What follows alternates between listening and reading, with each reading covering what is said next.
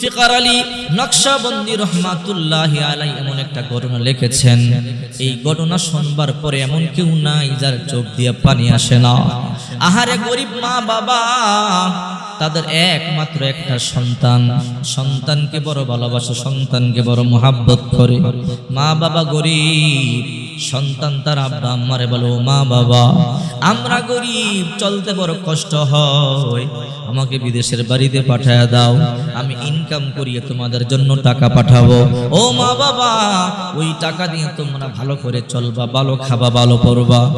মা বাবা সন্তানকে বলো, ও সন্তান তোমাকে আমরা বড় ভালোবাসে মহাব্বত করি, যদি তুমি বিদেশের বাড়িতে যাও তোমাকে রাইখা আমরা একা কেমনে থাকবো, আমাদের বড় কষ্ট হবে।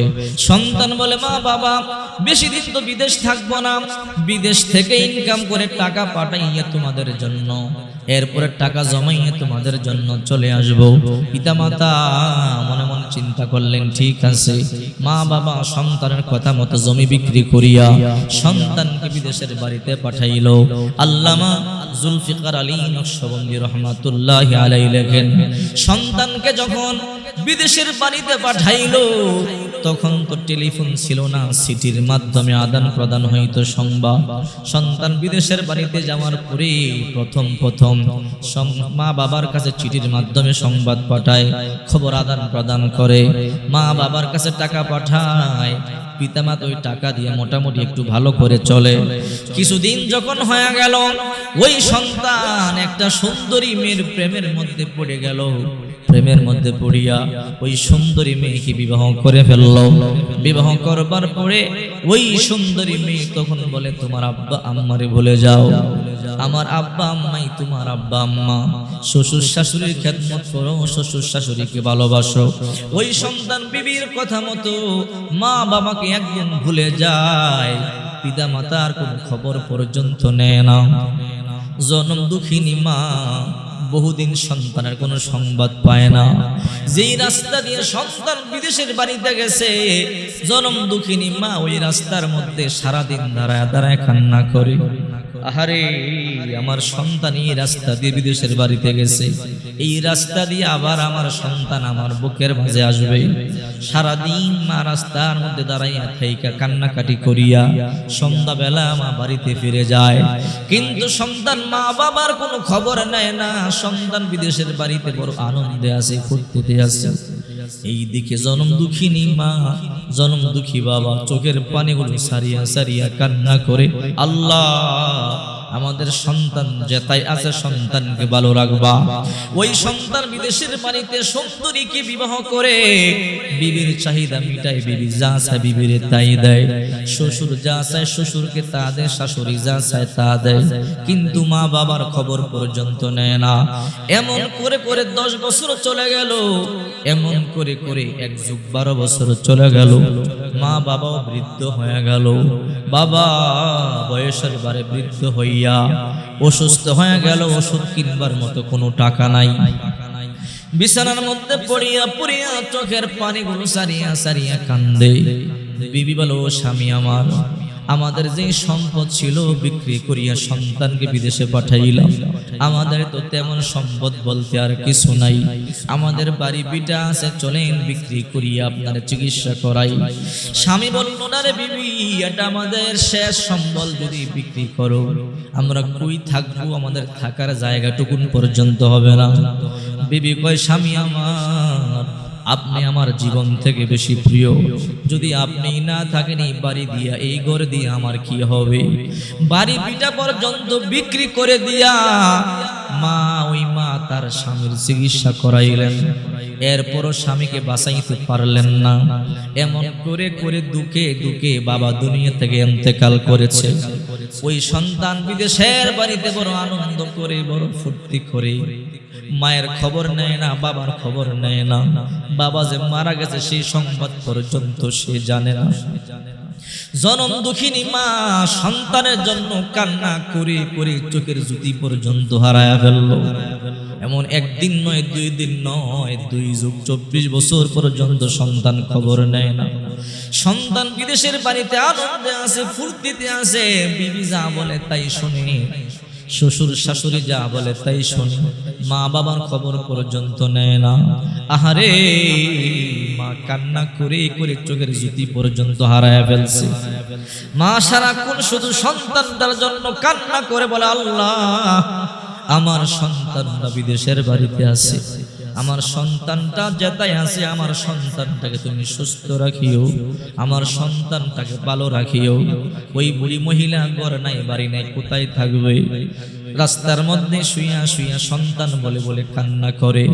এলাকার লোকেরা বলে, রে মহিলা, তোমার সন্তান মনে হয় মারা গেছে, যদি তোমার সন্তান থাকতো তোমার খবর নিত। তুমি এক কাজ করো, আমাদের গ্রাম তুমি ছাড়িয়ে দাও। ওই মহিলা বলে, এলাকার লোকেরা আমার ঘর নাই বাড়ি নাই, যদি আপনাদের গ্রাম থেকে আমাকে বের করে দেন আমি কোথায় যাব?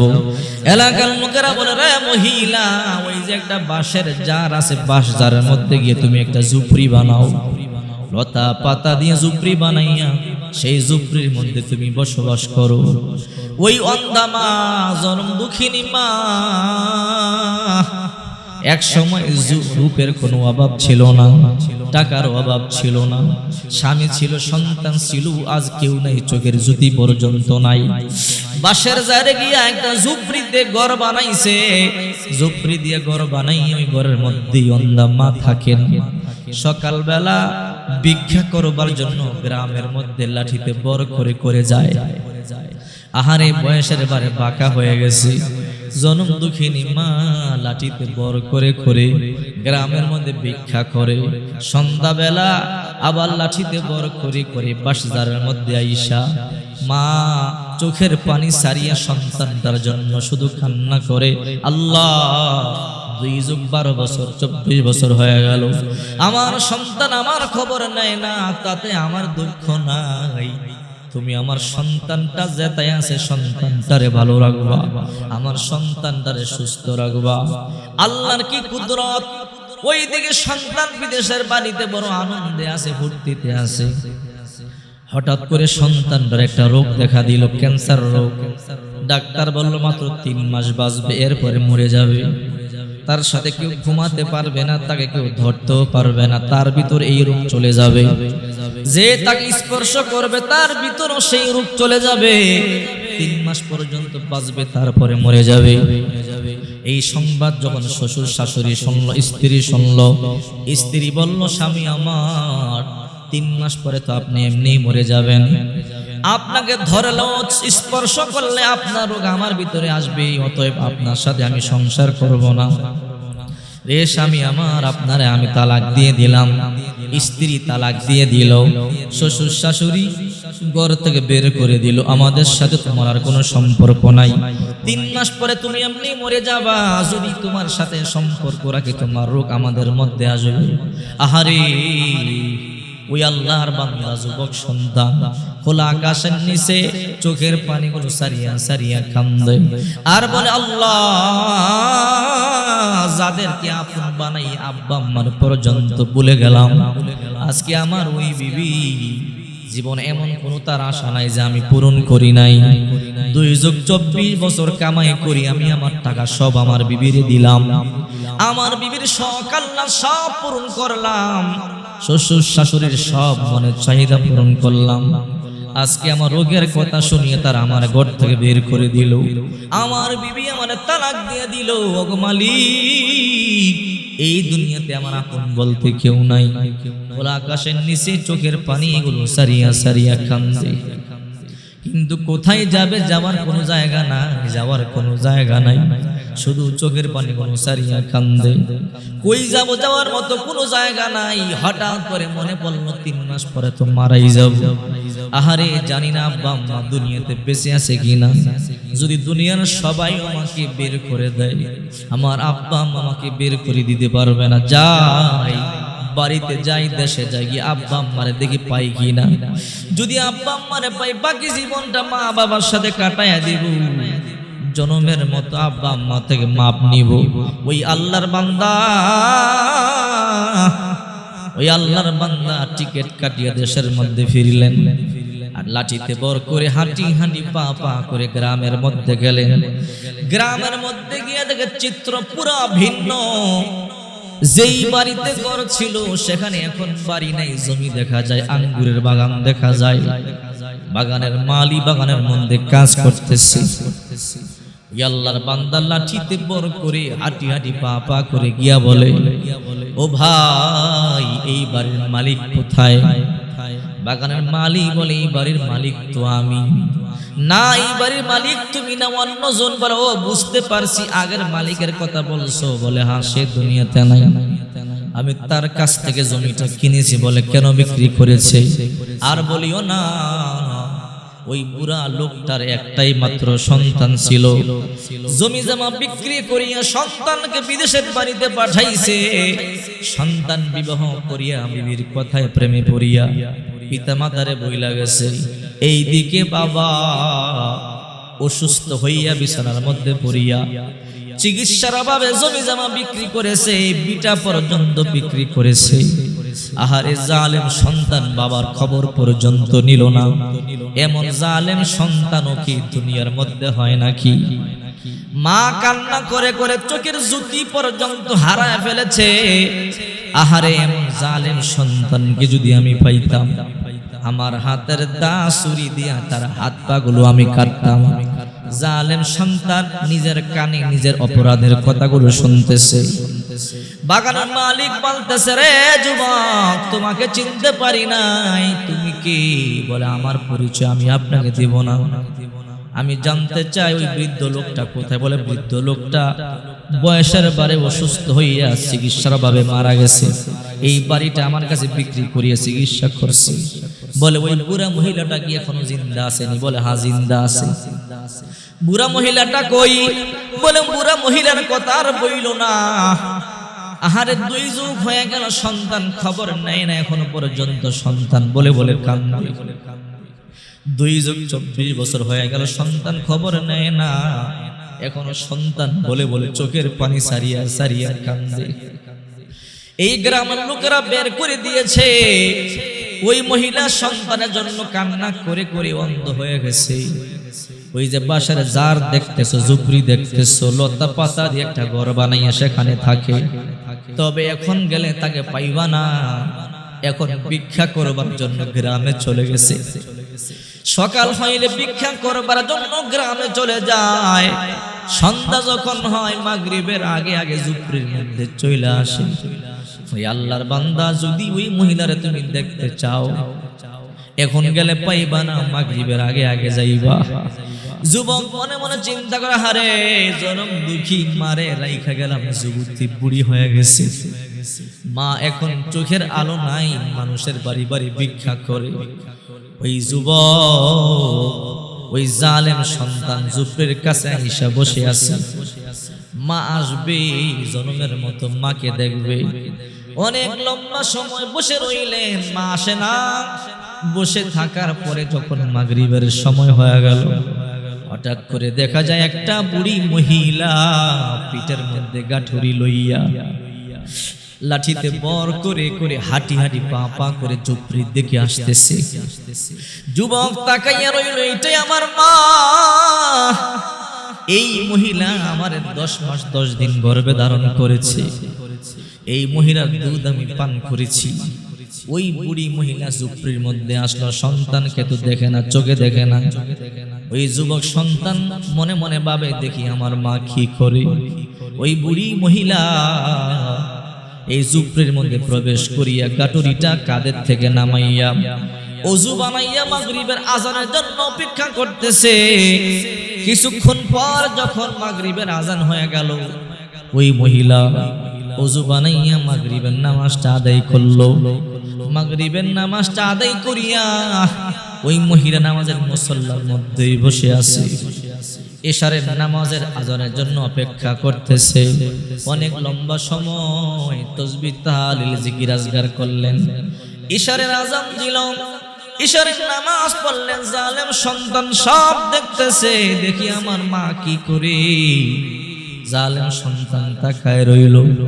ওই অন্ধা মা এশার নামাজ আদায় করলো। এশার নামাজ আদায় করিয়া মা তার আসলটা 2 হাতে এরকম আকাশের দিকে তুইলা বলে, আল্লাহ আমি তোমার কাছে দরখাস্ত করি, ওগো মালিক, স্বামী ছিল, স্বামী কাইরা নিলা, কোনো দুঃখ নাই। চোখের আলো ছিল, চোখের আলো নিলা, কোনো দুঃখ নাই। যৌবন কাল ছিল, নিয়া গেলা, কোনো দুঃখ নাই। বাড়ি বিটা ছিল, বিক্রি করাইয়া মানুষের বাড়িতে ভিক্ষার জোলা দিয়া ঘুরাও, এত মনের মধ্যে কোনো দুঃখ নাই।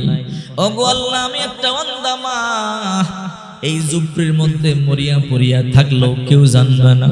ওগো আল্লাহ, আমি জানি দুনিয়ার মধ্যে আমার একটা সন্তান আছে, আমার সন্তানটা বিদেশের বাড়িতে আছে। 2 যুগ 24 বছর হয়ে গেল, আমি আমার সন্তানটারে দেখি না। ওগো আল্লাহ, তোমার কাছে আমার কোনো চাওয়া নাই, আমি আমার চোখের জ্যোতি ফিরাইয়া দাও, তোমার কাছে চাই না। আমার বাড়ি বিটা ফিরাইয়া দাও, তোমার কাছে চাই না। আমার সন্তান, আমার স্বামীকে ফিরাইয়া দাও, তোমার কাছে চাই না। ওগো আল্লাহ, তোমার কাছে একটা জিনিস চাই, আমার সন্তানটারে আমার বুকের মধ্যে ফিরাইয়া দাও, যেন জীবনের শেষ মাটিটা আমার সন্তান আমার দিতে পারে, আমার লাশের খাটিয়া যেন আমার সন্তান বহন করতে পারে। জনম দুঃখিনী মা যখন এই রকম আসলটা আল্লাহর দরবারে ভিক্ষুকের মতো পাইতা, চোখের পানিগুলো সারিয়া দোয়া করে, আল্লাহ আমার সন্তানটারে মিলায়া দাও। ওই জালেম সন্তানের ভিতরে কম্পন তৈরি হয়ে গেল, জালেম সন্তান আর টিকতে পারে না, লাভ দিয়া মায়ের হাত দুইটা জড়াইয়া দুইরা বলে, মারে দোয়া বন্ধ কর, আল্লাহ তাআলা তোর দোয়া কবুল করেছে। আমি তোর সন্তান বিদেশ থেকে চলে এসেছি। মা সন্তানকে বুকের মধ্যে জড়াইয়া বলে, সন্তান রে, তুই বুঝি অসুস্থ, তুই তো শুকায়া গেলি, তুই এত শুকায়া গেলি কেমনে? তুই তো এমন শুকনা ছিলি না। 2 যুগ 12 বছর পর মায়ের কোন অভিযোগ নাই। মা বলে, সন্তান তুই শুকায়া গেছো, তুই বুঝি কোনো কিছু খাও নাই। চিন্তা করে দেখেন, একটা মা তার সন্তানকে কত ভালোবাসে। 2 যুগ 24 বছর সন্তান মায়ের কোনো খবর নিল না, এরপরও মা সন্তানকে ভুলে নাই, আল্লাহর কাছে দোয়া করেছে। সন্তান বলে, মা তুমি আমাকে ধরবা না কেন? ধরবো না, আমার ক্যান্সার, আমাকে যে ধরবে তারও ক্যান্সার হবে। মা আশ্চর্য হয়ে বলে, আল্লাহ তুমি কি আমার দুঃখ বাড়াইতে আমার সন্তানকে আমার বুকে দিছো? আল্লাহ না, তুমি আমার সন্তানের রোগ তুমি দূর করে দাও, আমার হায়াত আমার সন্তানকে দিয়া দাও গো আল্লাহ, আমার সন্তানকে তুমি সুস্থ করে দাও। মা যখন দোয়া করেছে, আল্লাহ তাআলা ওই সন্তানকে পরিপূর্ণ সুস্থ করে দিয়েছে। এটাকে বলে মা। এই জন্য আল্লাহর হাবিব বিশ্ব নবী মুহাম্মদ সাল্লাল্লাহু আলাইহি ওয়াসাল্লাম বলেন, আল জান্নাতু তাহাতা আকদামিল উম্মাহাত, মায়ের পায়ের নিচে সন্তানের জান্নাত। আহারে, একটা মা যদি গরিব হয়, একটা মা যদি অশিক্ষিত গণ্যমূর্খ হয়, তবে ওই মায়ের পায়ের নিচেই হইল সন্তানের জান্নাত।